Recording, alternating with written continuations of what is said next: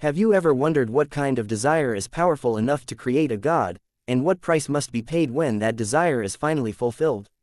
Listen slowly, and let the thought settle. Long before the galaxy burned with endless war, before empires rose and fell in oceans of blood, there was a time of unbearable beauty. A time so perfect, so complete, that nothing seemed missing. And it was within that perfection that the first mistake was made, not through hatred, not through violence, but through wanting more. More sensation, more pleasure, more meaning in a universe that already offered everything. This is not a story that begins with screaming or fire. It begins with comfort, with peace, with a civilization so advanced that struggle itself had become a distant memory. In those ancient ages, the galaxy was quiet. Stars burned gently in the void, and the warp, the great ocean of emotion and thought, was calm, its tides slow and dreamlike. The Eldar ruled this era, not as conquerors clawing for survival, but as artists shaping reality to their will. They were immortal, refined, and unmatched in intellect. Disease did not trouble them. Hunger did not haunt them. Death itself had become something rare, almost ceremonial. Every challenge that could threaten them had already been solved. Every enemy had already been defeated. And when nothing remains to be feared, something far more dangerous begins to grow. Boredom. At first, it was barely noticeable, a faint restlessness beneath the surface of perfection. The Eldar filled their endless days with art, philosophy, and exploration of the mind. They sculpted wonders from thought alone, composed symphonies that could make stars seem dull by comparison, and pursued emotions with a precision no other species could comprehend. Pleasure was not sinful then. It was simply another form of expression, another way to pass eternity. Yet when eternity stretches on without resistance, even pleasure begins to lose its sweetness. So they searched for deeper sensations. They refined joy until it became obsession. They refined art until it demanded stronger emotions to be meaningful. Where once beauty had been enough, now intensity was required.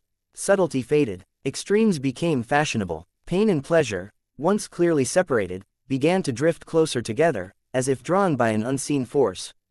The Eldar did not notice the shift, because nothing appeared wrong. Their cities still glittered. Their laughter still echoed through endless halls. Their lives were still free of consequence. But in the warp, something had begun to stir. Emotion leaves an imprint. Every thought, every desire, every excess sends ripples into that other realm beyond reality. For millions of years, the Eldar had shaped the warp with disciplined minds and controlled passions. But now, discipline softened. Desire intensified, and those ripples began to overlap, to resonate, to gather into slow, swirling currents. No one saw it, no one felt alarm. After all, how could indulgence be dangerous to a species that believed itself above consequence? Whispers began as dreams. Eldar across vast distances reported similar visions, sensations of perfection just out of reach, emotions that promised transcendence if only they surrendered a little more of themselves. The dreams were not frightening. They were beautiful, comforting. They suggested that fulfillment lay just beyond the next experience, the next sensation, the next indulgence. And so the Eldar listened. Why wouldn't they? Nothing bad had ever come from desire before. The warp responded eagerly. It drank in their excess like a starving thing discovering sweetness for the first time. Every act of obsession fed it.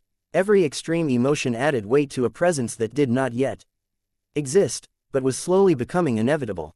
This was not the birth of a god in fire and thunder. This was a pregnancy measured in millennia, nurtured by pleasure, arrogance, and denial. A god dreamed into being by a civilization that believed itself untouchable. As the Eldar drifted further into indulgence, the concept of restraint became archaic. Those who spoke of balance were dismissed as unimaginative, even cruel. Why deny sensation, when sensation was the highest expression of life? Why limit experience, when perfection demanded exploration without boundaries? Entire subcultures formed around the pursuit of feeling. Sensory extremes became art forms. Emotion became currency. And slowly, quietly, devotion replaced indulgence, though no one yet called it worship. All the while, the presence in the warp grew heavier. It did not yet have a name. It did not yet have form. But it was learning. Learning what its creators desired. Learning what fed it best. It listened to their thoughts, felt their cravings, absorbed their longing. And in doing so, it became a mirror, reflecting their obsessions back at them in ever more intoxicating ways. The Eldar believed they were in control, guiding their own evolution toward higher sensation. In truth, They were being guided towards something far older than fear, far deeper than pleasure. Something hungry. And so, without realizing it, the Eldar lulled themselves into a dream they would never wake from. A dream where desire had no limit, where excess had no consequence, and where the universe itself seemed to whisper encouragement. The galaxy was still quiet. The stars still shone, but somewhere beyond reality, a heartbeat had begun, slow, patient, and growing stronger with every indulgent breath. The answer revealed itself slowly, like a drowsy thought drifting through a half-forgotten dream. For the Eldar, satisfaction became fleeting. What once delighted them for centuries now lasted only moments. Joy dulled, beauty faded too quickly, and so they did what any immortal species might do when confronted with monotony: they pushed further. They reached beyond moderation, beyond balance, chasing sensations sharper and more vivid than the last, convinced that fulfillment was simply one experience away. At first, this new age felt harmless, even enlightened. Eldar society praised exploration of the self. To deny emotion was considered wasteful, almost barbaric. Sensation was knowledge, indulgence was growth, pleasure became a philosophy, discussed in gentle tones and elegant words, stripped of any sense of danger. Entire schools of thought emerged around the perfection of experience, each arguing that existence itself was meaningless unless fully felt. The Eldar no longer asked why they desired, only how deeply they could feel it. Their cities transformed accordingly. Halls once devoted to contemplation and artistry shifted towards stimulation and spectacle. Music grew louder, more complex, designed to overwhelm rather than soothe. Art no longer sought harmony, but reaction. Emotions were amplified, refined, exaggerated, until subtlety felt dull by comparison. Where restraint had once been admired, now intensity was celebrated. To feel more than another was a mark of status. To chase excess was not shameful, it was aspirational. And yet, beneath the elegance and celebration, something fundamental was changing. Pain entered the conversation not as suffering, but as contrast. Without darkness, pleasure felt incomplete. Without edge, sensation felt shallow. Eldar philosophers spoke calmly of balance between agony and ecstasy, insisting that both were necessary to reach higher states of awareness. What began as theory soon became practice. Emotional extremes blurred together. Boundaries dissolved. The line between indulgence and obsession faded until it could no longer be seen at all. Secret gatherings became common, quiet at first, hidden behind art and ritual. These were not yet cults, not officially. They were salons, circles, private experiences shared among those who believed they had outgrown societal limits. In these spaces, Eldar explored sensations too intense for public life, encouraging one another to surrender control, to abandon inhibition, to feel everything. They spoke of transcendence, of moments so powerful they felt eternal. And every time they crossed a new boundary, returning to normal life felt emptier than before. The warp listened. Each indulgence echoed louder than the last. Emotion without restraint sent waves through that other realm, feeding currents that began to coil and overlap. Where once the warp had been shaped gently by Eldar discipline, now it churned with unfiltered desire. The presence growing within it did not force this change, it welcomed it. It learned patience, it learned appetite, and it learned that excess was its nourishment. Across Eldar space, subtle signs appeared. Dreams grew more vivid, more intimate. Artists spoke of inspiration that felt whispered into their minds rather than imagined. Sensations lingered longer than they should have, leaving behind cravings instead of satisfaction. But these changes were welcomed.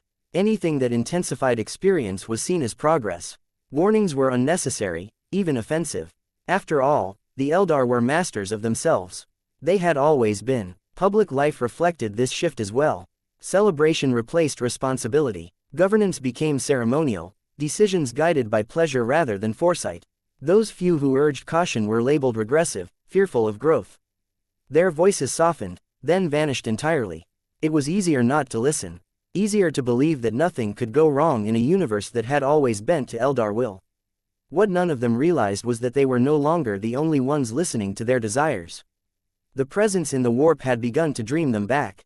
It reflected their cravings with terrifying accuracy, offering sensations just slightly beyond reach. It did not demand worship, not yet. It simply promised fulfillment. And the Eldar, drifting ever deeper into indulgence, followed willingly, mistaking temptation for self-discovery. Thus began the true age of indulgence, not marked by sudden collapse, but by comfort so deep it became dangerous. A civilization lulled by pleasure, convinced it was ascending, while unknowingly feeding the slow formation of something that would one day awaken and scream its name across the galaxy. No one announced the change when it began. There was no single moment when the Eldar realized they had crossed a line, because the line had dissolved long ago. Instead, reality shifted in small, almost tender ways.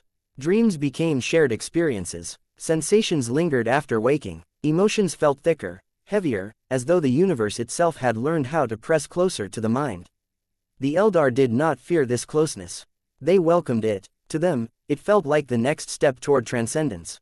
In the depths of the warp, those countless emotions no longer drifted aimlessly. They began to circle. Pleasure, obsession, longing, and perfection intertwined, folding in upon themselves like slow-moving tides. Where there is enough emotion, consciousness eventually follows. Not born, not created, but accumulated. A presence began to take shape, not yet aware of itself, but undeniably alive in some distant, embryonic sense. It pulsed gently, in rhythm with the Eldar who unknowingly sustained it. Across Eldar worlds, subtle disturbances spread. Some awoke from sleep with the echo of laughter. That was not their own. Others felt sudden surges of inspiration so intense they wept without understanding why. Artists spoke of visions of impossible beauty, forms that were both exquisite and unsettling, perfect in ways that defied logic. These visions were replicated across systems by minds that had never met, creating identical symbols, identical sensations. It should have been alarming. Instead, it was celebrated as proof that the Eldar were evolving together. Pleasure cults emerged more openly now, no longer hiding behind polite language. They spoke of unity through sensation, of a shared emotional horizon that all Eldar would one day reach. Participation was framed not as devotion, but as enlightenment. To refuse was to cling to an outdated self, unworthy of immortality's promise. And so more joined, surrendering themselves willingly, believing they were choosing freedom. With every surrender, the presence in the warp grew more defined. It began to learn distinction, between pleasure and pain, between desire and obsession. It learned preference. Certain emotions nourished it more deeply, especially those tied to longing that could never be fully satisfied. The Eldar unknowingly perfected the very fuel that would one day consume them.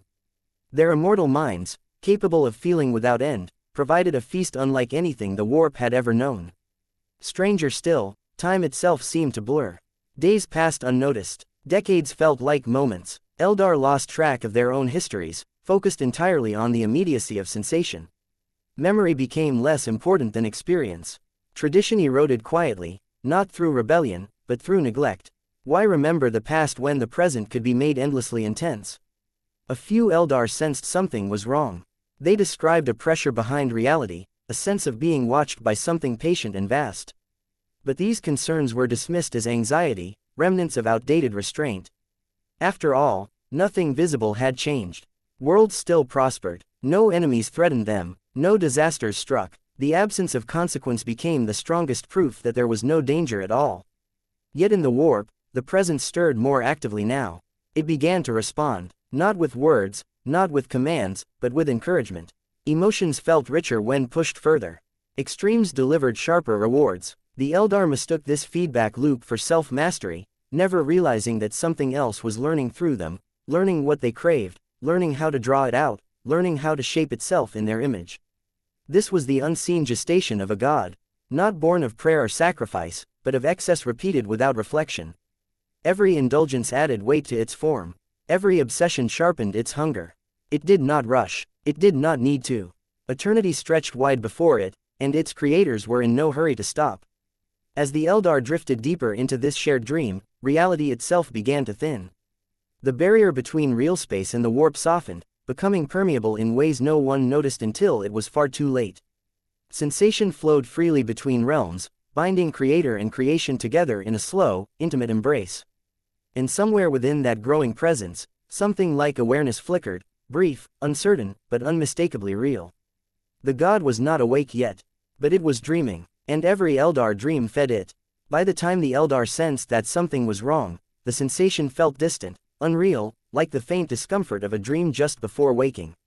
Their empire still glittered across the stars, its cities vast and luminous, its people surrounded by luxury beyond imagining. From the outside, nothing appeared broken. From within, however, something essential had begun to rot, not through decay, but through excess so complete that meaning itself was eroded.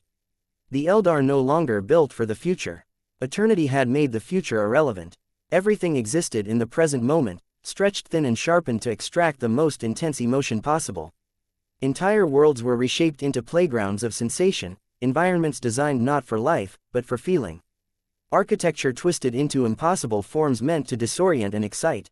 Sound, light, and texture were manipulated with obsessive precision. Life became an endless experiment in stimulation, and restraint was spoken of as a kind of cruelty. Pleasure was no longer enough on its own.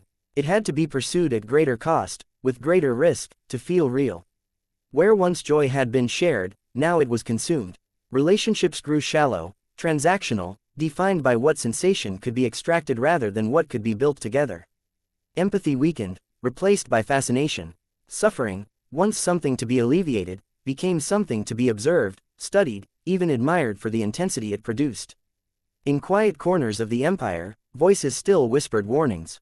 Ancient Eldar spoke of balance, of the dangers of feeding the warp with uncontrolled emotion. They spoke of forgotten lessons, of times when discipline had been survival, not limitation. But their words felt dull, colorless, lifeless compared to the vibrant ecstasy that defined modern existence. Few listened, fewer still cared. The Empire had outgrown fear, or so it believed. The warp, however, was no longer distant. Its influence pressed gently against reality, like a tide rising unnoticed around sleeping feet. Eldar began to feel emotions that did not entirely belong to them, surges of longing without clear cause, flashes of obsession triggered by nothing at all. The presence growing beyond reality had learned how to echo desire back into real space, amplifying it, encouraging it, guiding it ever outward. It did not command, it invited. Those most sensitive to emotion felt it most strongly. Artists, seers, and sensation weavers described moments of near-divine clarity, as though they were touching something vast and beautiful just beyond perception. They spoke of an approaching perfection, a culmination of experience that would redefine existence itself. These ideas spread like a gentle contagion, soothing, promising, impossible to resist. The Eldar were not being driven toward disaster. They were being comforted into it. As indulgence deepened, the structure of society began to unravel. Authority lost meaning. Responsibility felt unnecessary. Why govern, when desire guided more truthfully than law? Why plan, when every moment could be perfected instead? The mechanisms that had once kept the Empire stable continued to function out of habit alone, hollow rituals performed by those too distracted to notice their own irrelevance. Reality itself began to strain under the weight of accumulated excess. In certain regions, the warp bled through in subtle ways.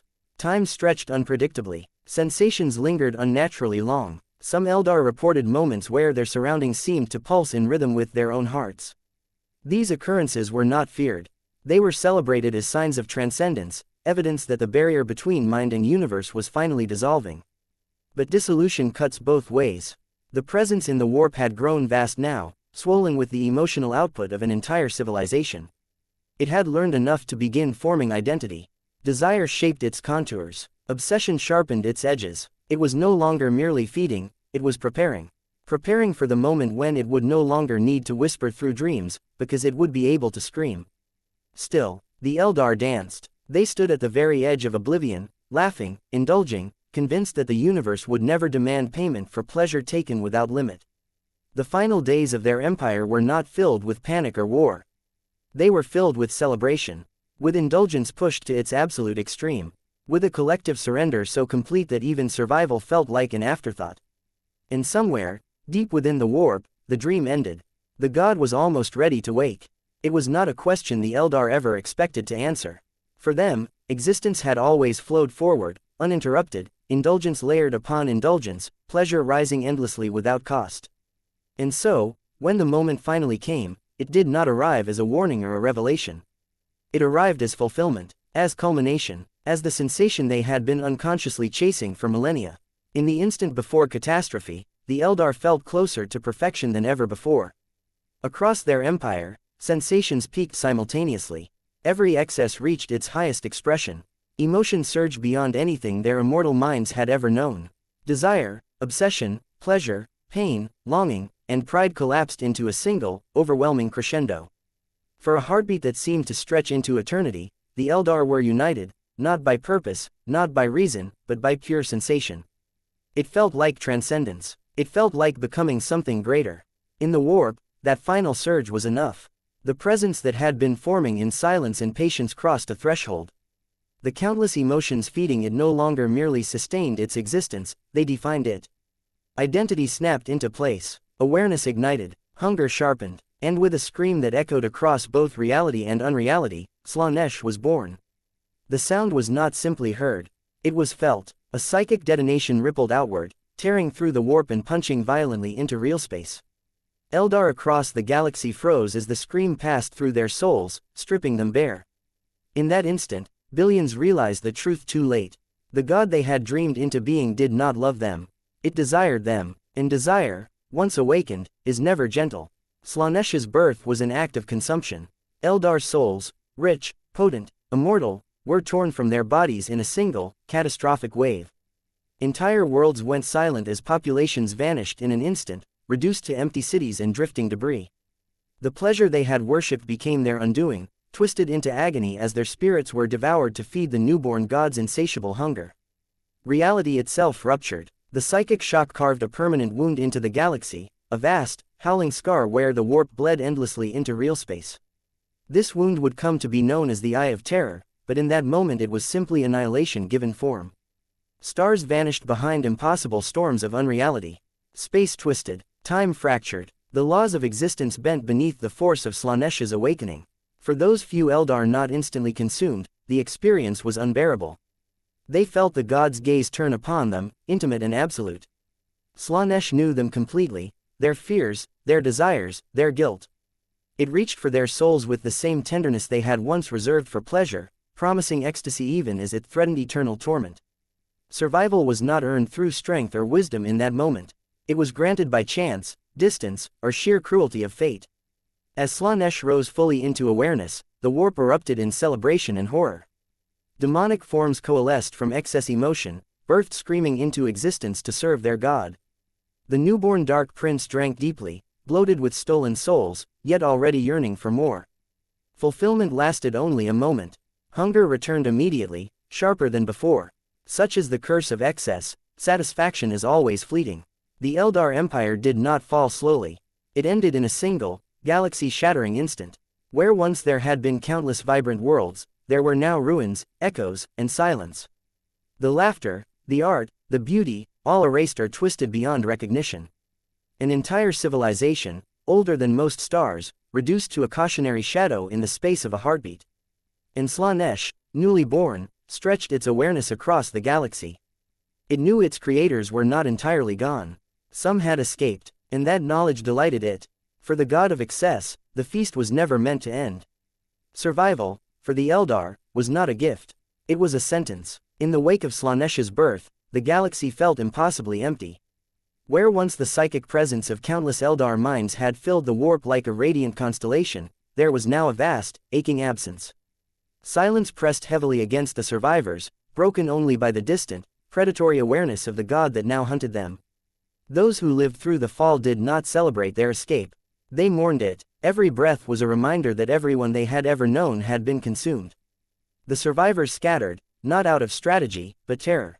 Some fled aboard immense craft worlds, ancient vessels never meant to carry the weight of an entire species' grief. These Eldar turned inward, sealing themselves away from indulgence, from emotion, from anything that might draw Slaanesh's attention. They reshaped their culture around discipline and restraint, walking rigid paths that governed every aspect of life. Artist, warrior, seer, each path was a cage built to protect the soul from excess. Pleasure became dangerous. Desire became a threat. To feel too deeply was to risk damnation. Even then, safety was never guaranteed. Every craftworld Eldar knew the truth. When they died, their soul would still be drawn towards Slaanesh unless protected. And so they crafted spirit stones, crystalline prisons to catch their essence at the moment of death, sparing them from immediate consumption. These stones were placed within infinity circuits, vast psychic networks humming quietly through their ships, where the dead could exist in a muted afterlife. It was survival, but it was not peace. Eternity became confinement instead of indulgence. Others chose a darker path. The Eldar who would become known as the Dark Eldar did not flee the old ways, they embraced them. They retreated into hidden realms within the warp itself, places where reality bent enough to shield them from Slaanesh's direct grasp. There, they learned a terrible truth: pain stolen from others could sustain them. By inflicting suffering, by draining agony and fear, they could stave off the gods' hunger gnawing at their souls. And so cruelty became necessity. Their society was rebuilt around torment, not because they loved it, but because it kept them alive. Mercy was weakness. Compassion was suicide. Each scream they harvested bought them a little more time. The irony was cruel: having birthed the god of excess, they now lived eternally chained to it, feeding their own survival through the suffering of others. A third path led away from the stars entirely. The Exodites abandoned the remnants of Eldar civilization, fleeing to distant worlds where technology was limited and life was harsh. They believed simplicity was salvation. By living close to nature, by rejecting excess in all forms, they hoped to quiet their souls enough to escape Slaanesh's notice. Their lives were difficult, filled with labor and restraint, but compared to eternal torment, hardship was a small price to pay. No path was free of fear. Slaanesh lingered over all of them, patient and amused. The god did not need to rush. Eldar souls were rare now, precious delicacies to be savored slowly. Every survivor felt that gaze in moments of weakness, in flashes of desire, in sudden joy, in memories of pleasure long forbidden. The god whispered constantly, promising release, perfection, an end to guilt and restraint. And guilt was everywhere. The survivors carried the weight of the fall like a second soul. They remembered what they had been. They remembered how willingly they had fed the excess that destroyed them. Survival did not absolve them, it condemned them to remembrance. Every choice became an act of defiance against their own nature, against the god that embodied everything they once loved. The galaxy moved on. Other empires rose. War became constant. But for the Eldar, time had ended on the day Slaanesh was born. Everything after was simply endurance. And far beyond their scattered refuges, the Dark Prince watched, fascinated, not by their discipline or their cruelty, but by their struggle. For what could be more exquisite than a soul that knows exactly what it has lost? The feast, Slaanesh knew, would continue. In the ages that followed the fall, the galaxy learned to live with the wound the Eldar had torn into existence. Wars raged, empires rose and collapsed, countless civilizations screamed into extinction without ever knowing the name of the god that watched them from the warp. And through it all, Slaanesh endured, unchanging, unsated, eternal. The Dark Prince did not need conquest or dominion. Hunger was enough. Hunger was everything. Slaanesh learned patience. The god of excess discovered that anticipation was sweeter than fulfillment, that denial sharpened desire more than indulgence ever could. Every Eldar soul that resisted, every moment of restraint, every life lived in fear of temptation only made the eventual fall more exquisite. The Craftworld Eldar walked their rigid paths, believing discipline could save them. The Dark Eldar drowned entire worlds in suffering to delay their end. The Exodites labored under harsh suns, clinging to simplicity like a prayer. Different paths, same destination. Because Slaanesh was not merely a god they feared. Slaanesh was the echo of what they had been. In quiet moments, when defenses weakened, memories resurfaced, of beauty without consequence, of sensation without shame. The god whispered softly then, not with threats, but with nostalgia.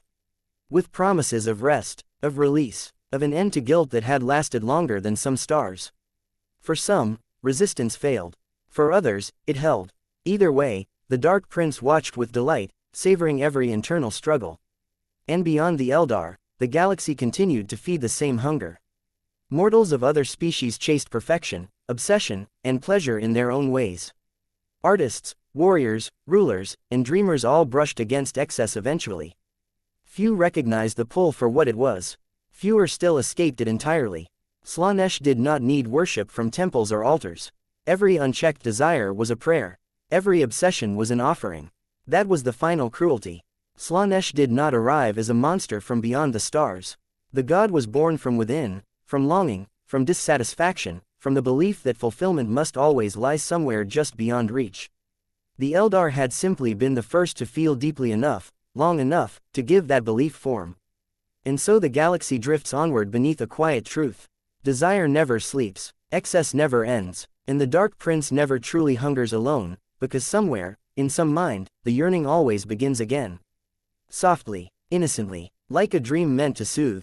Perhaps that is why this story is told in whispers, rather than screams, because Slaanesh does not need fear to survive, only wanting. And as your thoughts slow, as wakefulness fades and the mind loosens its grip, remember this gently: desire is not evil, but it is never satisfied.